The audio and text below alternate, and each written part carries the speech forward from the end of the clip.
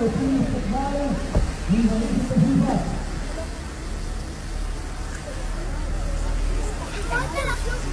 الشخصية من الجمهور الكريم بتوفيق السلام عليكم.